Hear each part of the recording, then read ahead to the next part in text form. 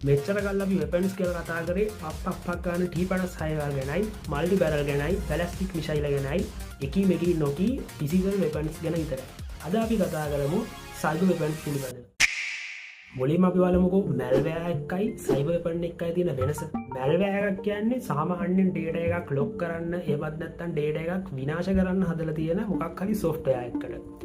හැබැයි cyber weapon එකක් කියන්නේ බෞතිකව තියෙන මොකක් හරි හාඩ්වෑර් එකක් එහෙමත් නැත්නම් ෆිසිකලිම තියෙන මොකක් හරි දෙයක් විනාශ කරන්න හදලා තියෙන වෙපන් එකකට. දැන් අපි මේක පිළිබඳව වැඩිදුර අධ්‍යයනය කරන්න කතා කරමු ස්ටක්ස්නෙට් කියන සයිබර් වෙපන් එක ගැන. මේක හදලා තියෙන්නේ ඉරානයේ නාස්තික ක්‍රියාවලිය අඩපණ කරන්න. ඉතින් මේක හදලා තියෙන්නේ කවුද? වෙන කවුරුත් නෙමෙයි. ඇමරිකාවයි ඊශ්‍රායලය එකතු වෙලා කරපු ප්‍රොජෙක්ට් එකක් විදිහට මේක හැදුවා කියලා තමයි සයිබර් ස්පෙෂලිස්ට්ලා කියන්නේ.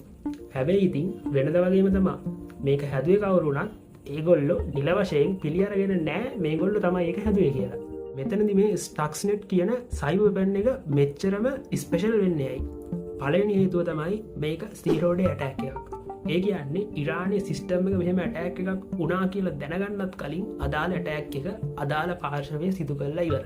අංක 2 තමයි ඉරානයේ තියෙන මේ නාස්තික පද්ධතිය කිසිම විදියකින් ඉන්ටර්නෙට් එකට කනෙක්ට් වෙලා නැහැ. ඒ කියන්නේ අනිවාර්යෙන්ම මේ අදාළ වෛරස් එක ඇතුළට ගෙනල්ලා තියෙන්නේ මොකක් හරි USB එකක් හරහා. දැන් ඔයාලට තේරෙන්නේ නැති යම් යම් රටවල් වල තියෙන රහස් ඔත්තු සේවයන් කොච්චර ප්‍රබලද කියලා. දැන් අපි කතා කරමු ස්ටක්ස්නෙට් හරහා කොහොමද ඉරානයට ගේම දුන්නේ කියලා. එතනදි කරලා තියෙන්නේ යුරේනියම් පිරිපහදු කරන මැෂින් වල වේගය පාලනය කරන එක. ඒ කියන්නේ වෙලාවකට හෙන හිමීට වැඩ කරනවා. තවත් වෙලාවකට හෙන ස්පීඩ් එකේ වැඩ කරනවා. හැබැයි මෙහම මේ ස්පීඩ් එක දෙපැත්තට වේරි වුණා කියලා කිසිම වෙලාවක කන්ට්‍රෝල් පැනල් එකේ මේක පෙන්වන්නේ නැහැ. එක වෙලාවකට හෙන හිමීට වැඩ කරලා තව වෙලාවකට එන හයියෙන් වැඩ කරද්දි මෙහෙම ගොඩක් සැරයක් වුණාම මේ යන්ත්‍ර කැඩෙනවා. මෙහෙම යුරේනියම් පිරිපහදු කරන යන්ත්‍ර 1000ක් විතර කැඩලා තියෙනවා. හැබැයි මෙහෙම කැඩුනට ඉරානයේ හිටපු කිසිම කෙනෙක් මෙහෙම යන්ත්‍ර කැඩුනා කියලා දැනන් ඉඳලා නැහැ. හැබැයි මෙතනදී චූටි අවුලක් වෙලා තියෙනවා. මේ අදාළ වෛරස් එක හදලා තියෙන්නේ ඒ අදාළ ඇටැක් එක කරලා ටික දවසක් ගියාට පස්සේ තමා විසින්ම ඩිලීට් කරගන්න පුළුවන් විදිහට. හැබැයි මෙතනදී මේ වෛරස් එක මේ අදාළ සිස්ටම් එකෙන් පොඩ්ඩක් එළියට ගිහිල්ලා මේක තමා විසින්ම ඩිලීට් කරගෙන නැහැ.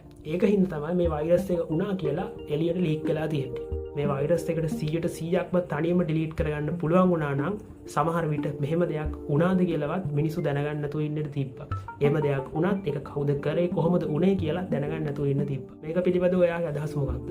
පල්ලෙන් කමෙන්ට් කරන්න. වීඩියෝ එක අප් වෙන්න වීඩියෝ එක ලයික් කරන්න. එහෙනම් තවත් වීඩියෝ එකකින් අපි හමු වෙමු. එතකන් DI එක ටච් එකේ ඉන්න.